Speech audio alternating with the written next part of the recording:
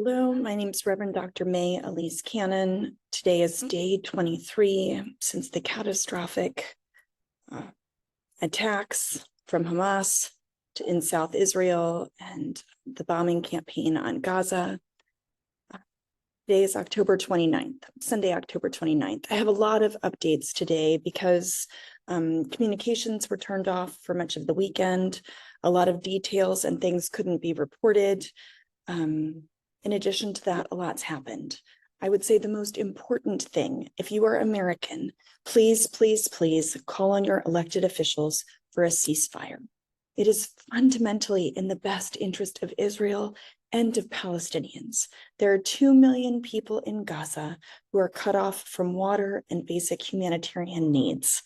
They are not the perpetrators of the attacks on October 7th. They are not terrorists. They are Palestinian people. They are human.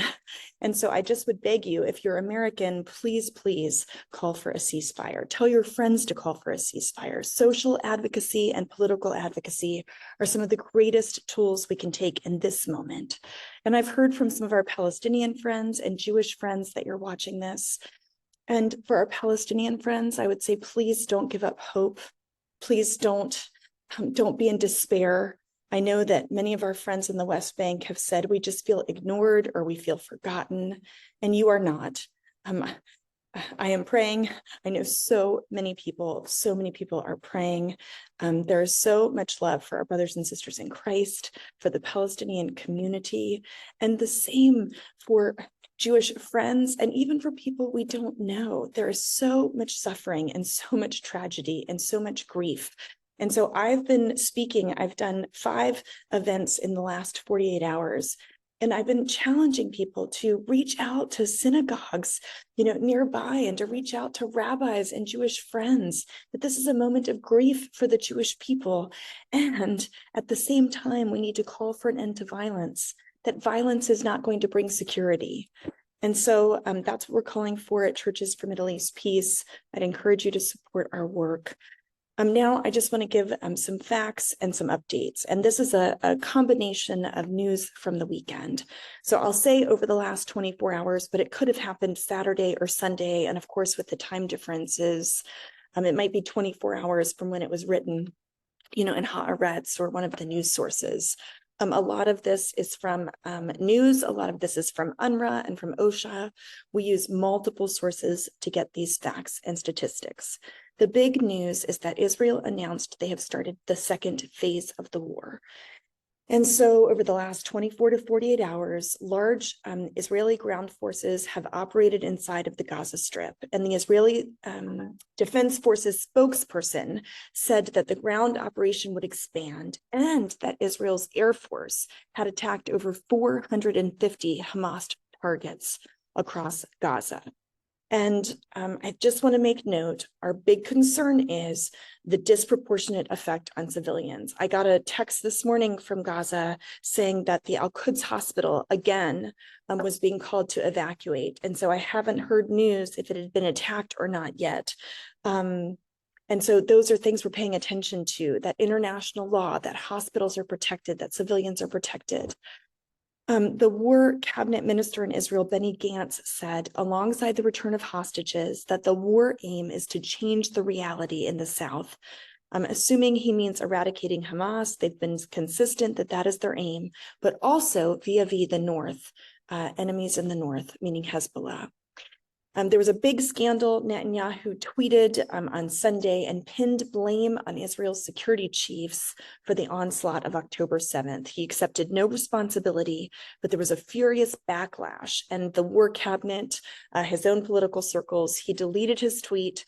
And there was all over Israeli news that the prime minister apologized, not for having missed October 7th, not for anything else, but just for his tweet. The number of hostages continues to climb. The number now is being reported at 229 being taken captive, including infants and young children. The U.S. National Security Advisor Jake Sullivan said that negotiations are ongoing to free the hostages and to permit foreign nationals to leave Gaza through the Rafah Egyptian crossing. He emphasized that Netanyahu also has the responsibility to rein in the settlers. We're receiving news that there have been an increased number of violent settler attacks in the West Bank, of course, since October 7th. And I've reported on those death tolls in the past. They were more than 80 a few days ago. I don't have those numbers today. This afternoon, again, it's Sunday, President Biden and Netanyahu connected. They talked on the phone or Zoom, I don't know, but they connected and they discussed developments in Gaza. The president reiterated that Israel has every right and responsibility to defend its citizens from terrorism, and he underscored the need to do so in a manner consistent with international humanitarian law that prioritizes the protection of civilians. This is a direct readout from the White House press statement. The president and prime minister discussed ongoing efforts to locate and secure the release of hostages, to include American citizens who remain unaccounted for and might be held by Hamas. The president underscored the need to immediately and significantly increase the flow of humanitarian assistance to meet the needs of civilians in Gaza. They agreed to remain in regular consultation directly and through national security teams. This is not new news. Our position at Churches for Middle East Peace, and what we would encourage you to do as advocates, is that we've heard a lot of words about humanitarian assistance, and still not more than 100 trucks have gotten in across the border. And I'll talk about that in a minute. It does seem like communications in Gaza are back on, at least in Gaza City and Khan Yunis. And in terms of humanitarian aid, prior to the communications being turned back on, the humanitarian coordinator stated that hospitals and humanitarian operations couldn't continue without communications. Alongside of the depletions of energy, food, water, and medications, UNICEF and the World Health Organization announced that they had lost touch with their staff in Gaza, as had other international development agencies that we heard from directly. The Palestinian Red Crescent Society expressed concern about the ability to provide emergency medical services. And on the 27th, which was Friday, which we heard about a day later, Egypt opened for the 6th time since the 21st of October, and only 10 trucks of water, food, and medical supplies were allowed in. Now, it was the first time that medical specialists through the International Committee of the Red Cross were allowed through. But the total number as of the 21st of October of humanitarian trucks that have been allowed into Gaza was 84. That is appalling. According to the United Nations, 500 truckloads a day, 5 days a week, are necessary to prevent malnutrition. There's more than 50,000 women in Gaza who are pregnant. I feel like I'm beating a dead drum, and yet the White House and those in America and international bodies around the world, we need to be shouting from the rooftops, water for Gaza, food for Gaza, stop bombing Gaza. And I promise, for those who care about security for Jews in Israel, what's being done to the civilians in Gaza is not going to help security. It's not going to help, the goals of Jewish people in Israel feeling more secure. The U.S. National Security Advisor Jake Sullivan made media rounds on Sunday. We keep hearing the White House saying humanitarian aid is a priority, as President Biden said today. And I would just say, as I said to the White House directly last week, not good enough. Stop talking about it and just do it. And so I would encourage you, call your members of Congress. I think that we will start calling them every day and saying, 10 trucks a day is not enough, not good enough. We did hear that Israel opened a second water pipeline to the Gaza Strip. This just happened this weekend. But if there is not electricity, water will not get to people. We also know thousands of Gaza residents broke into warehouses and distribution centers to get flour and basic survival items. People in Gaza are getting more and more desperate. There was a big conversation this weekend also about fuel. Israel has said that fuel cannot be allowed into Gaza because it is a dual use item. And the UNRWA, the UN Refugee Agency Commissioner General, totally rejected this assertion because there's a whole mechanism by which gas can be taken into Gaza that Israel has previously approved to make sure that it cannot be, reallocated and used by militant groups. There continue to be 1.4 million people displaced in Gaza. 657,000 people are in UNRWA facilities. These statistics are just staggering, and every one of these statistics is a human being, and some of them are family members of people we know and love.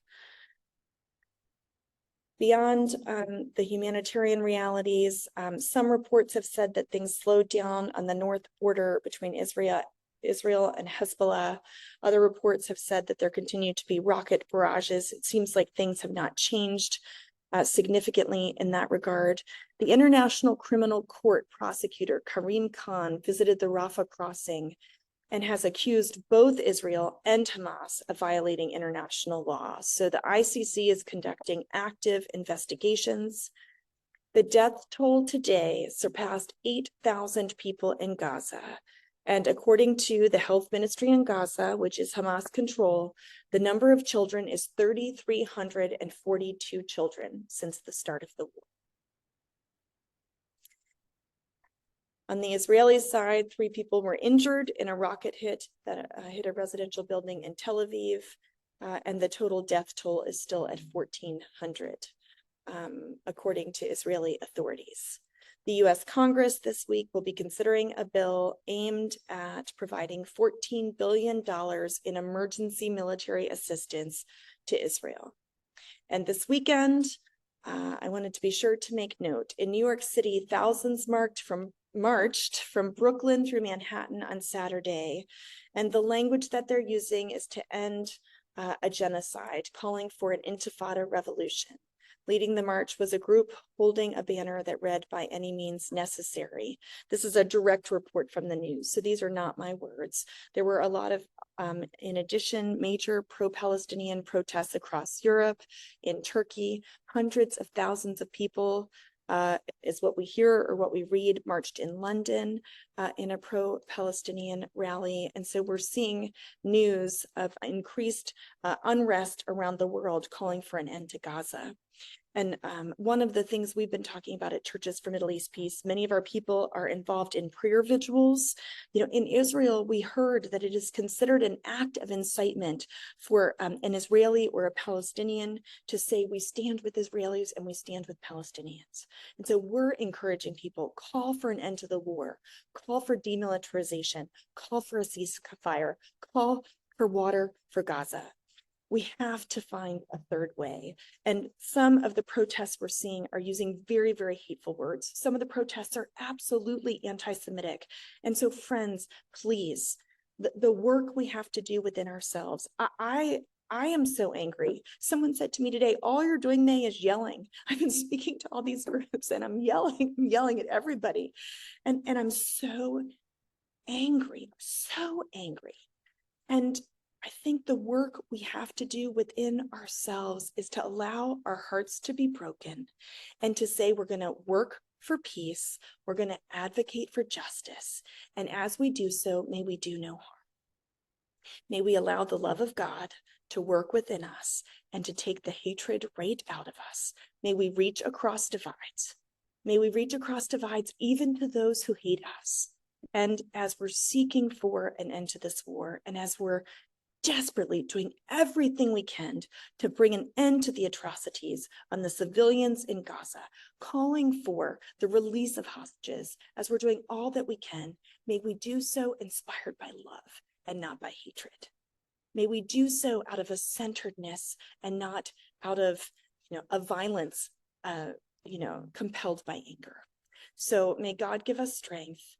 For those of you who are feeling despair, may we not despair. May we have hope that peace is possible because we worship the Prince of Peace.